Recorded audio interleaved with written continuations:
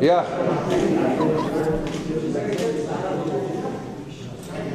Takole. Hvala lepa, da ste, če bi lahko. Hvala lepa, da ste danes prišli na tole kratko predstavitev te moje najnovejše knjige. Začel bi nekako takole. Jaz sem v letošnjem letu, oziroma na koncu lanskega leta, dobil vabilo strani nemškega sodišča, da pričam v zadevi Đureković, oziroma proti Mustaču in Perkoviću, ki mu sodijo v Münchenu.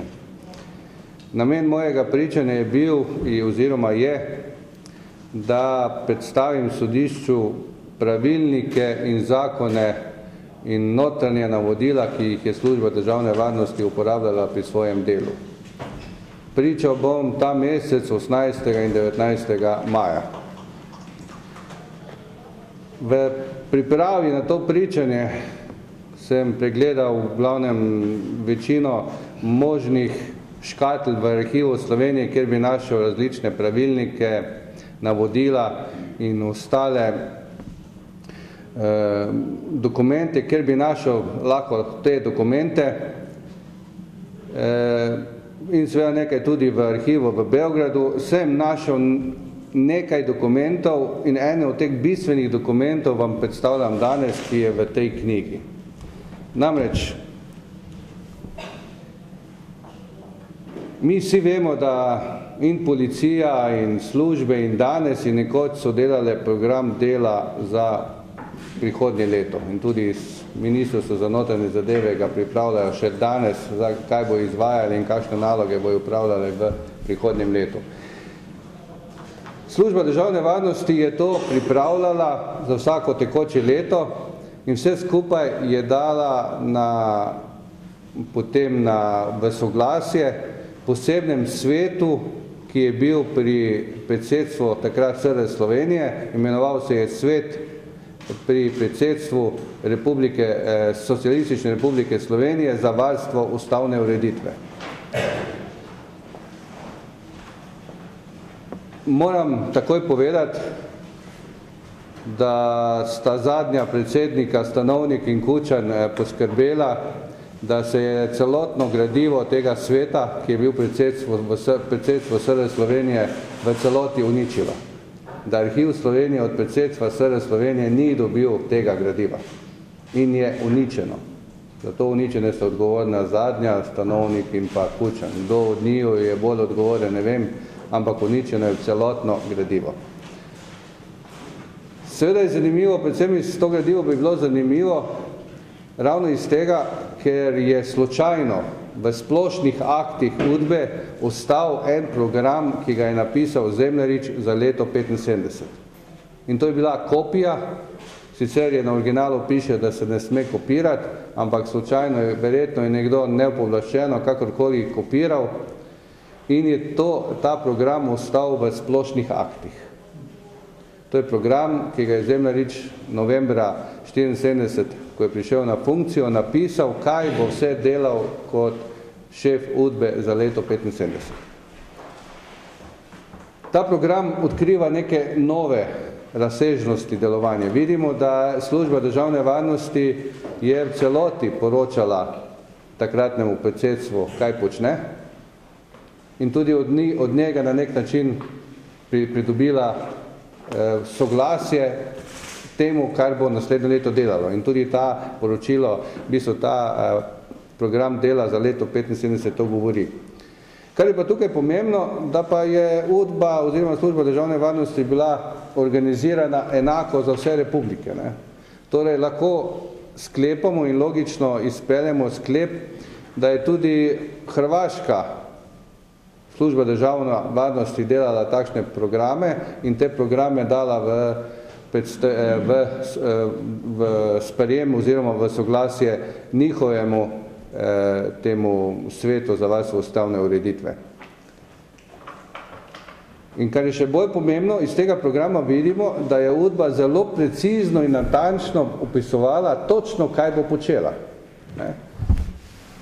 V tej knjigi, kateri je mojega avtorskega dela, moram povedati, zelo, zelo malo, kar se tiče pisanja, gre za to, da je preko 90% te knjige napisal prav Janez Zemljarič. Zato sem tudi poslušal predlog novinarja, reporterja, Kršinarja, ki mi je predlagal, da bi to lahko bila zbrana dela Janeza Zemljariča. Verjetno na tisto zbrana dela Josipa Broza Tita, Kradelja, pa še verjetno njegova.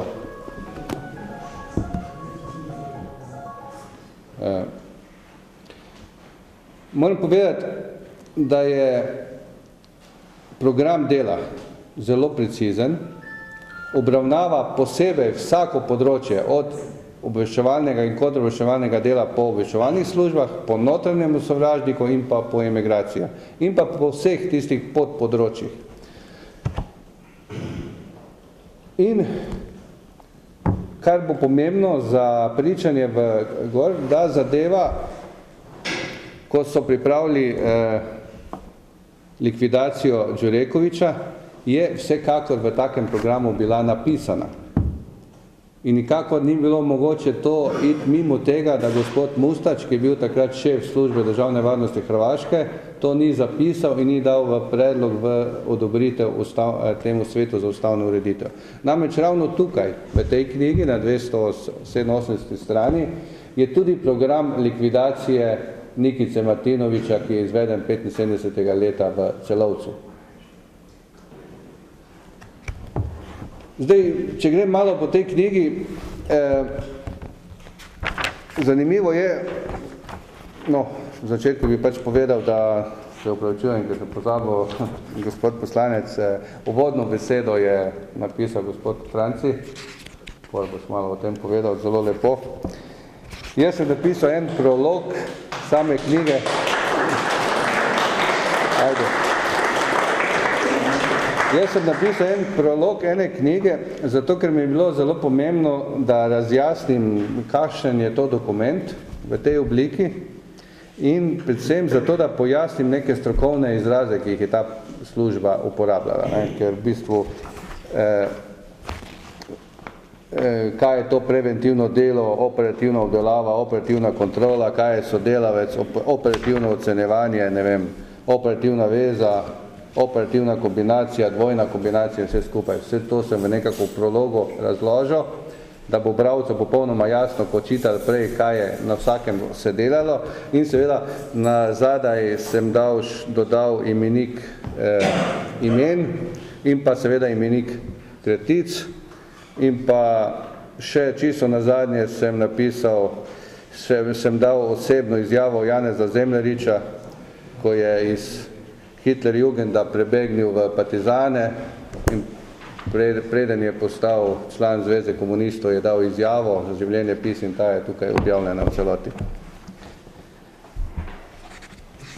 Zdaj, v samem, potem pa se začne v bistvu program dela za varovanje ustavnega reda za leto 75, ki pa je izpisan od strani Janeza Zemljariča. Zdaj, vidite, v samem programu dajo do potankosti, razložijo predsedstvu temu za varstvo ustavne ureditve, kaj in kako bojo počeli na vsakem področju.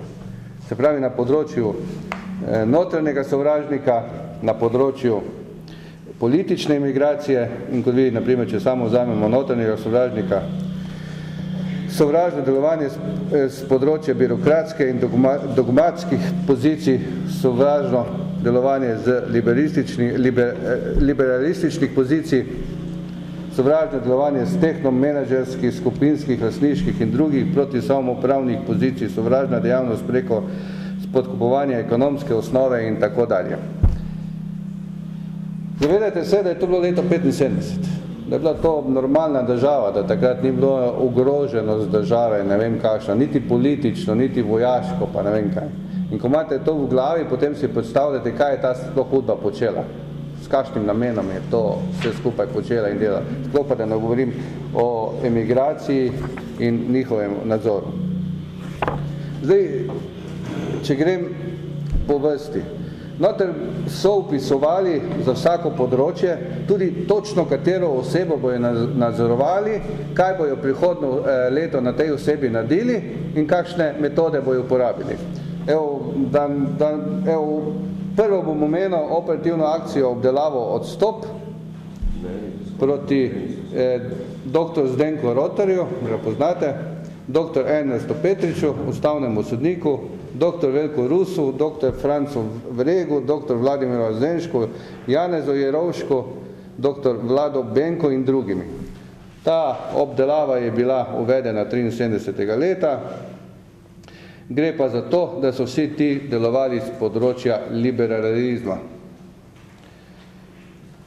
Tukaj so predvideli, da bo potrebno vključiti in za uporabo vse operativne tehnične sredstve, ki je pač možno, ustvariti možnost za globoki prodor v te strukture preko štipendistov, z ustreznimi ukrepi dokumentirati sovražna stališča, tajne preiskave, spremljanje publiciranih prispevkov, ugotavljati stike tu in v inozemstvu in preverjati naravo le-teh.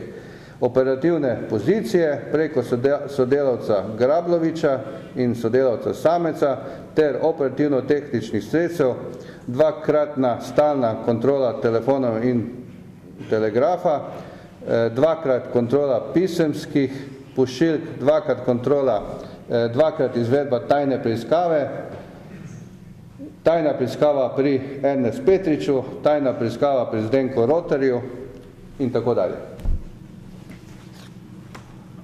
Mimo grede gospoda Ernesta Petriča, ustavnega sodnika, sem tudi poklical, da danes pride in se mi je pismeno opravičil, da je v Ženevi in me vljudno prosil, da mu po 1. juniju prenesem knjigo na ustavno sodišče.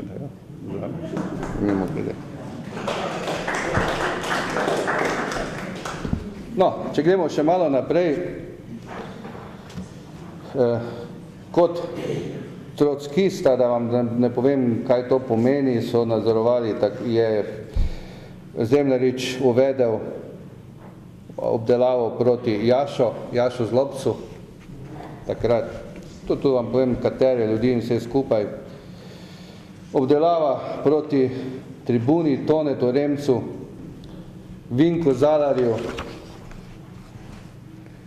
Marjanu Poljšku, to je ta župan, moram povedati, da ima zelo zajeten dosje v arhivu Slovenije in moram vam povedati, da je bil takrat leta 74-75 največji borec za pravice ljudi in človekove pravice, vse skupaj najbolje izstopal in je bil najbolj nadzorovana oseba leta 75, prav Marjan Poljšak.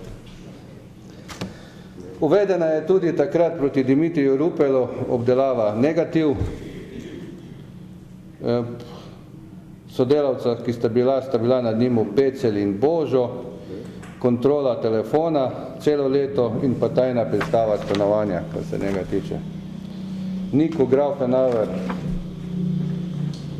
potem obdelava Jančar, obdelava skupaj proti Dragu Jančarju, Francetu Fošneriču, Marjanu Krambergerju in Tonetu Patliču in Andreju Brvarju, mislim, da so vsi poznate danes, kdo so. Posebno so bili pozorni na Jančarja, uvesti preventivna tajna sredstva in to njegove mize, novinarske mize v časopisu Večer, stalno ozvočenje njegovega stanovanja, operativno nadzorovati Jančarja, ki namerava pobegniti v tujino, predno bi moral odslužiti kazen, namreč bil je takrat obsojen zaradi knjige Teharje se tlakovanje z našo krvjo na, mislim, da leto dni zapora, ki je preživel na dobu. Operativne pozicije so Luka, Jarbor, Krpan, to so ti sodelavci, so bili njegovi novinarji, Logar Srečko, Klipšteter, Otmar in ostali. Seveda, obdelava proti Kocbeku, boljševiki, potem naj še omenjam Kavčičev dvoličnež, kar je veliko pisal o Meza v svoji knjigi. Proti Rotar dr. Janez je uvedena še 74. leta, še Slavist, operativna akcija. Posebna operativna akcija Jarbor proti Borisu Pahorju, danes 102 let staremu stoletniku. Na njega je Zemljarič poslal točno 14 sodelavcev, ki so tukaj vsi v knjigi napisani. Naročil je, da v vsakem prihodu meje med Italijo in Jugoslavijo mora biti preiskan, da ga mora totalno preiskati. V gostilni, kjer je pisal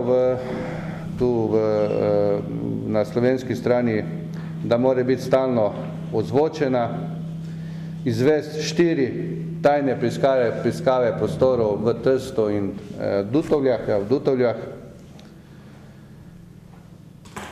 in da vse to predstavlja trajno nalogo in pa, da ga je treba pasivizirati. Pasivizirati in bi so pomenili, da ga je treba omejiti, osamiti v kakršnikoli možnosti kulturne, kakršnikoli.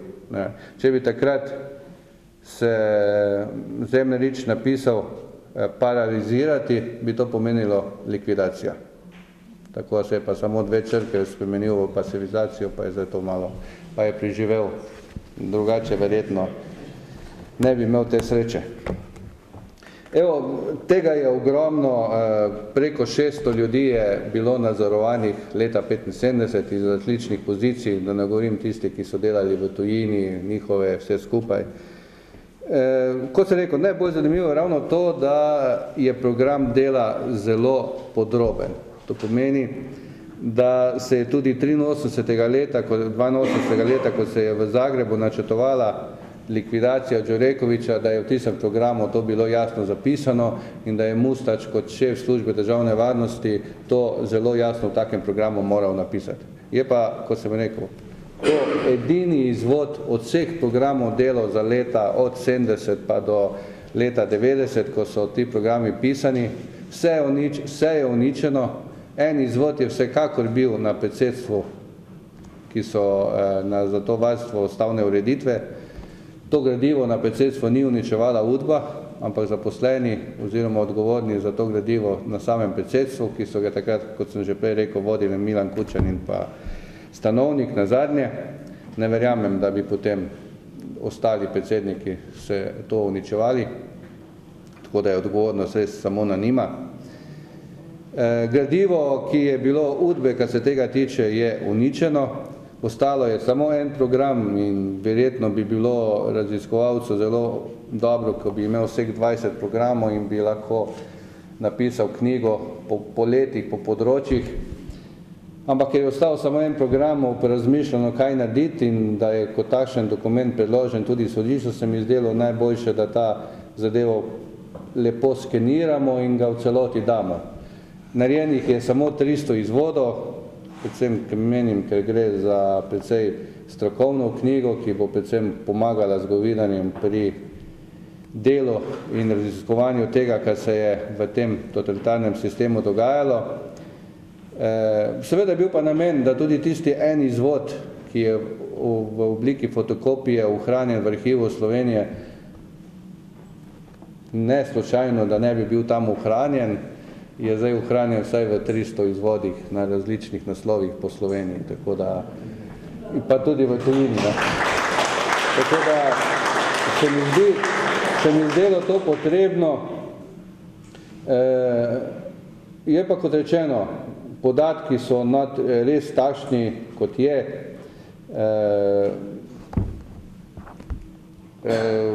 Ko sem napisal prolog v sami knjigi, sem ga poslal tudi generalu Marjanu Krajncu, da ga pregleda, ker je pač bil zadnji šef službe, tajne službe KOS, predvsem tem, ko sem pač moral napisati, kaj to pomeni tajna kombinacija, dvojna kombinacija, operativna vire, operativne veze, pa sem ga prosil malo za strokovno pomoč, da mi to razloži, ne?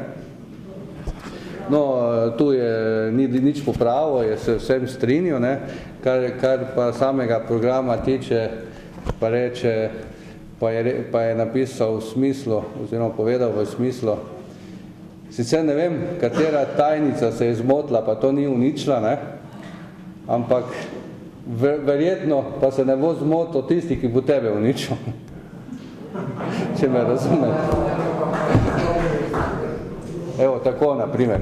Tako da gradivo je zelo pomembno in bo razkrilo marsikaj, kar se tam dogajalo. Vse to pa ima za cilj samo to, da se v tej zadevi začnemo odprto pogovarjati, da to ni tabu tema, da je to tema, v kateri je se treba pogovarjati samo zato, da enkrat to razčistimo. Zdaj bo gospod Franci prosil kot uvodnika te bukve.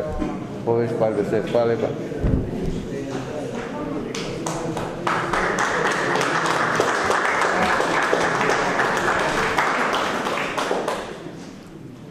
Ja, najlepša hvala. Lepo zdrav tudi z moje strani. Torej, pred nami je knjiga Zbrana dela Kurtovca Janeza Zemljaniča s podobivim naslovom, v kateri se avtor Roman Leljak ne spušča na interpretacijo zgodovine, kot to marsikdaj očitajo, ampak prevzema svojo vlogo kot nekdanji pripadnik ene izmed vojaških služb, kot strokovnjak, kot človek, ki je šel skozi celo vrsto izobraževanj v bivši državi, glede šifriranja, glede poznavanja tajnih služb, glede, lahko rečemo, tudi pojmov, ki jih obrazloži v tej knjigi za tiste laične bralce.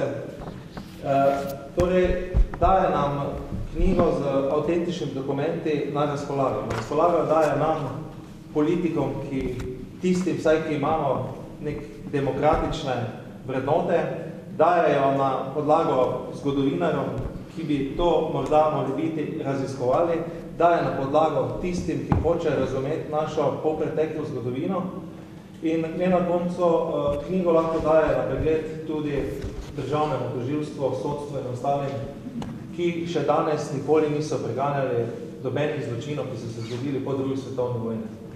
Lahko rečem, da se v drugi svetovni vojni zgodili prvič genocid nad slovenskim narodom. To niso bili povojni ali pa medvojni poboji, zato ker so poboji začeli tisti prvi val, lahko rečemo, konc maja 45, prvih približno 15 tisoč identificiranih, koliko jih vse poznamo, zdaj je šlo za več, pobitih. Naslednji val tega je bila torej montirani procesi, cela vrsta golih otokov in ostalega. Potem pa seveda celi čas pa delujejo 3 vrste služb. Prva, tista OZNA, ki je pomagala, lahko rečemo, bila servisna služba za likvidacije, kasneje prekvalifikacije v tako zvano UDBO in po letu 1966 v službe državne varnosti, tako v Sloveniji kot v drugih republikah SFRJ Jugoslavije. Sedanji svetovalec predsednice Kolinde Grabar-Kitarović, nekdanji predsednik Hrvaškega sabora, je na lanski predstavitvi glede peticije političnih zapornikov tukaj 31. maja v Ljubljani v hotelu Slon. Vladimir Šeks, mislim, ga poznate, čuli ste za njega, lahko rečem, od vsega začetka tudi v konstituiranju, bil je največjih pomladnikov na Hrvaškem, je prebral poročilo, znamenito poročilo nekdanjega pripadnika vodjo zloglasne UDBE iz leta 1952 Josipa Brozo Tito. V njem poroča, da so uspešno likvidirali 680 tisoč ljudi v Jugoslaviji po drugi svetovni vojni do leta 1952. To je predstavil Vladimir Šeks, ta dokument našega na Hrvaškem. Torej, 680 tisoč ljudi so likvidirali do leta 1952. Vse to, kar predstavljajo vsa dela, lahko rečemo, gospoda Leljaka, predvsem tisti prva dela, ki sem jih zasledoval, torej medvojni, predvsem pa povojni poboji in sedaj zadnja leta, ko nekako raziskuje nekdanjo službo državne varnosti v vseh svojih fazah, lahko rečem, da je to neko nadaljevanje tega genocida. Jaz ga ne bi imel genocid, ker mednarodno kazensko pravo taka dejanja ima besedo zločini zoper človečnost. Zločini zoper človečnost kot že več faz. Gospod Leljak je vam vsaj v prvi fazi omenil nekaj imen, zdaj, če jih še enkrat imenujem, dr. Ciril Žebot, Franz Jeza, znameniti, marsikdaj tudi preslišanje, veliki disident iz Trsta, človek, ki je napisal znamenito delo, eno izmed zadnjih, ki ga najdete, ki je zdala Pohorjeva družba, Zgodil se bo čudež, govori o slovenski državi. Edvard Kocbek, Anton Slodnjak, upam, da ne vem, nemo govoriti, Boris Paho, Alojz Srbula, Viktor Blažič, Dimitrij Rupla, Andrej Cepuder, Dane Zajec, Drago Jančar in ostale. Vse to je šlo v fazi tako zvanega kulturocida, zločini zoper človeštvo, zoper kulturno delovanje nekega naroda, ker ravno danes govori o tem, kako je povojna oblast dvigovala slovensko kulturo, ni dvigovala slovensko kulturo, jugoslovansko kulturo je dvigovala. Slovensko kulturo, tiste, ki so govorili o slovenski samobitnosti, da smo Slovenci že kot prej obstajali tisočletja kot narod, da imamo korenine nekje druge. Vse to je ta sistem, lahko rečemo, načrtno, pa selektivno uničeval, pasiviziral in tudi likvidiral. Zdaj, tisto, kar je pomembno v tej knjigi, se mi zdi, je pomembno za vse tiste, ki preučujejo po preteklo zgodovino, da se lahko pogovarjamo o treh pojmih, ki jih zadnje čase največkrat najdejo v mediji, torej o krizi vrednot, o pojmu tovarišijskega kapitalizma, in knjiga ne nazadnje tudi neka naravno nadaljevanje knjige gospoda Ravnikarja Udbo Mafija. Jaz mislim, da je ta izraz vsaj zadnjih 15 let nekako zamrl. Mislim, da je ta izraz Udbo Mafija bil nekako najbolj posrečen. Udbo Mafija nekoliko najbolj pokaže to omrežje, ki je to našo državo ni nikdaj želelo. To državo so imeli samo vedno v svojem žepu in v svoje denarnice. Tako vsaj so razumeli po slovenski osamosvojitveni vojni.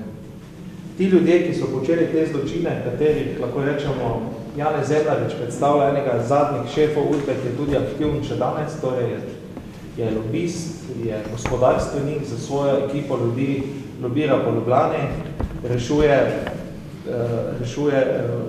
celo vrsto javnih razpisov v zdravstvenem sistemu in tako naprej, pravi, da je to nekaj normalnega, ki je on nekoč pred letom 1974 vodil del zdravstvene politike nekdanje socialistične republike in da je to nekaj normalnega. Jaz mislim, da to v demokratični družbi ni nekaj normalnega in da je ravno ta knjiga tudi kaže, kdo so ti ljudje, kaj so počeli. Ne nazadnje vas moram spomniti, spoštovano občinstvo, da je Vrhovno sodišče Republike Slovenije v eni izmed svojih judikatov v letu 2003, ko je eni izmed pripadnikov službe državne varnosti tožil takratni častnik Mat, povedalo v svoji odložbi, poskušalo nekako citirati, da je bila pač UDBA, služba državne varnosti, zločinska organizacija, ki je likvidirala, falsificirala, ponarejala tako naprej in s tem je to zaključilo. Torej, Vrhovno sodišče Republike Slovenije je uporabljalo zoper službe in zoper bistvo posebno tudi njene pripadnike izredno grobe izraze. To so bili izrazi Vrhovnega sodišča Republike Slovenije. Največkrat poznate znameniti judikat Titovi cesti v ustavnega sodišča, najmanjkrat se pa presliši ravno ta judikat Vrhovnega sodišča, treba je, vsi judikati Vrhovnega sodišča so pravna praksa Republike Slovenije. Zdaj, tisto, kar bi v tej knjigi nekako rad namenil, je, da knjiga prihaja v časom, ko je pred dobrimi 3 tedni izšla pri Celoškem pokrajinskem arhivu pod avtorstvom dr. Alfreda Elsteja in Wilhelma Wadla, znamenita knjiga Titova dolga senca na približno 832 straneh, opisujeta 19 evidentiranih bombnih napadov na avstrijskem Koroškem od leta 70 do leta 79, kjer se končuje serija bombnih napadov z neposrečenim, ampak ponesrečenim bombnih napadov na ta muzej v Velikovcu 18. septembra 1979, kjer sta bila ta dva udbovca v bistvu zalotena in tudi huje poškodovana. Jaz sem v tem predgovoru te knjige omenil, moram se opravičiti gospodu Zemljariču, da je leta 1973 bombni napad, takrat, če on je bil šef Udbe, da to je edina napaka v tej knjigi, ki je, kako sem jo pregledal in se mu tudi opravičujem, da ne bi ta bombni napad na partizanski spomenik v Robežu blizu Velikovca bil njemu namenjen. Takrat, če on je bil šef Udbe, to je edina napaka, ki smo storili, zato je bom nekako prečrtal. Vseh ostalih 14 bombnih napadov je pa bilo pod njegovim vodstvom. Takrat, ko je on vodil službo državne varnosti, se je zgodilo v avstrijskem Koroškem 14 bombnih napadov. Oba avstrijska zgodovinara, ki zelo zanimivo, v Avstriji imata nekako etiketo, da pripadata levim strankam, socialistom. Sta, lahko rečemo, na vseh 800, več kot 800 straneh nedvomno zapisala, da za vsemi dokazi, da je počela vse to služba državne varnosti. Projekt te knjige je trajal od leta 2010 do letošnje pomladi in veliko teh dokumentov sta našla tudi v slovenskem arhivu in ravno dokumenti, v katerem tudi gospod Zemljarič napoveduje, da pač treba paziti, da vsa podcenter Sora, ki je bil v Mariboru z več kot 500 kg TNT in vse ostale zadeve za likvidacije minska eksplozivna sredstva, so potem nekako romala vsaj za tega podcentra Sora na Avstrijsko-Koroško. To je vse tisto, kar boste morda, ali pa ste videli v medijih, ko je kolega Grims nekako na komisiji z varnostne službe nekako govoril o teh sredstvih, ki jih še danes ne vemo, kje so. Del teh sredstev so za Avstrijci sporočili v tej knjigi, da je končal v teh 19 bombnih napadih na Avstrijskem Koroškem. Za čisto vse je v bistvu logistično podpirala, ali pa tudi direktno organizirala služba državne varnosti. Večino teh napadov pod vodstvom gospoda Janeza Zemljariča, ki je bil šef službe državne varnosti med letom 1974 letom 1978.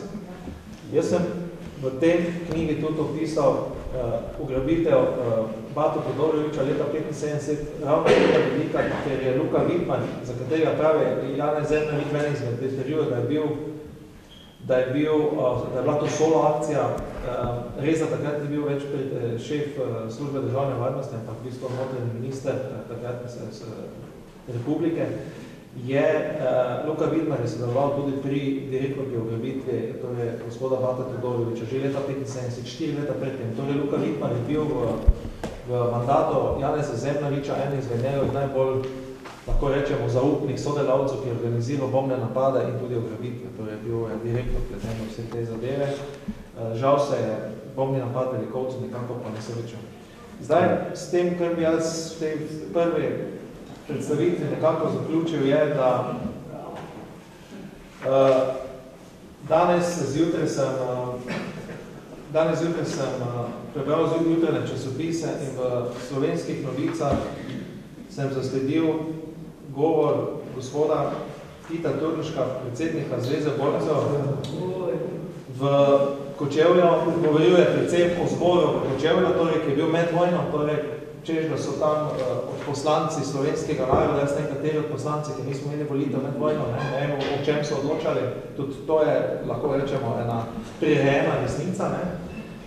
Bom poskušal pa citirati, kaj pravi o višji službi državne varnosti. Zveza borcev v ponedeljek, predsednik Tit Turnšek.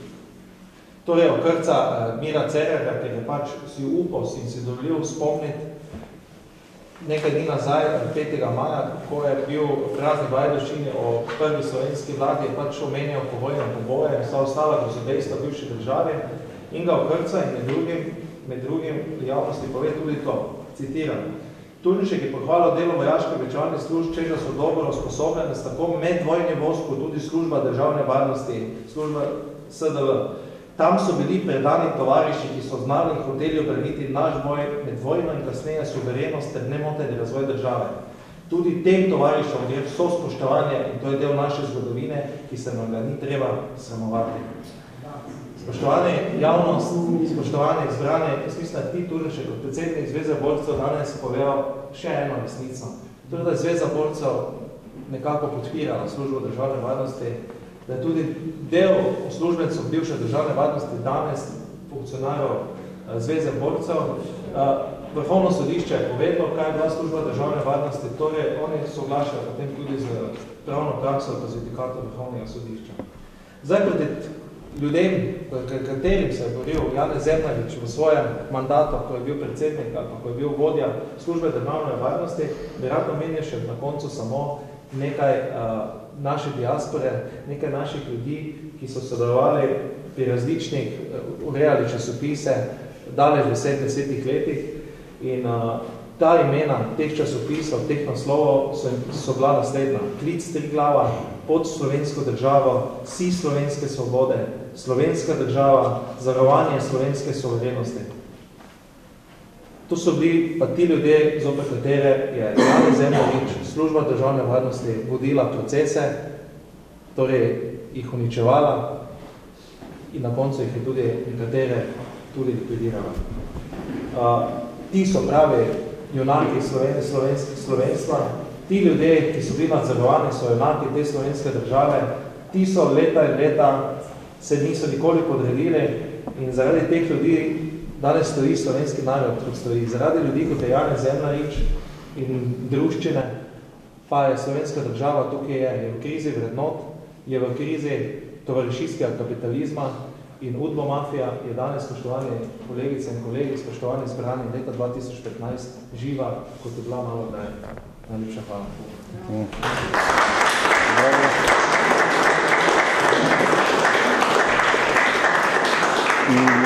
Samo še dodam, nažalost, seveda je problem pri tej knjigi to, da boste tukaj videli kup teh podatkov o imenih. Nažalost so vsi ti dokumenti uničeni. Ne? Evo, gledajte, če bi omenil Majstra, generala Majstra, ne? Ali bo danes zgodovina odgovorila, zakaj njegova dva sina nista šla v partizane? Če je že Majster vzhotel med Slovenijo in vse skupaj in če je sinove tako učil, vzgajal in zakaj potem nista bila v partizanih. Ne? Odgovor je, boste našli v tej knjigi. Ne? Bila je to predhodna operativna akcija Perov, ko je bil Hrvoje Majster nadzorovan, ker da je sodeloval za slovensko politično emigracijo.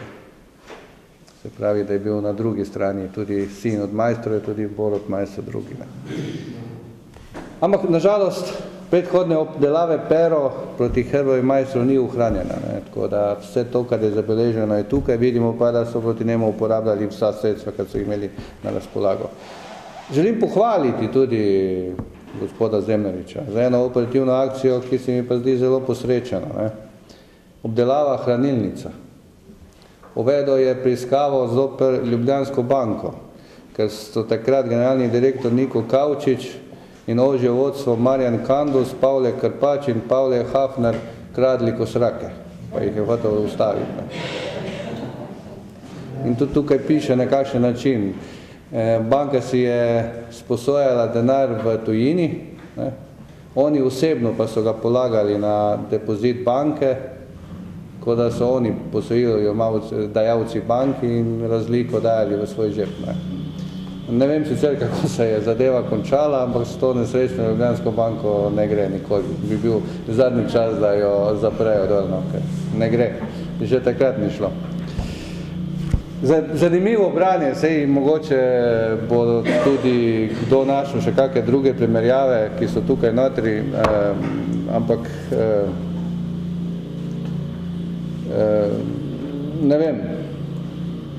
Zelo je škoda in strahota za zgodovino, da se ti gradivo ni ohranjeno. Jaz upam, da bomo zmogli moči in del teh gradiva pripeljali tudi iz Beograda, ampak posamezniki smo nemočni, država pa zato v tem trenutku nima prav nobenega posluha, tako da je skoraj misija nemogoče. Ja, tako da podrobni posamezni dokumenti prihajajo, kar uspemo tako sami posamezniki dobiti kaj, ostalo pa ne bo. Evo, zdaj še kako vprašanje, bomo odgovorili na vprašanje, če ne, je to za danes. Hvala lepa.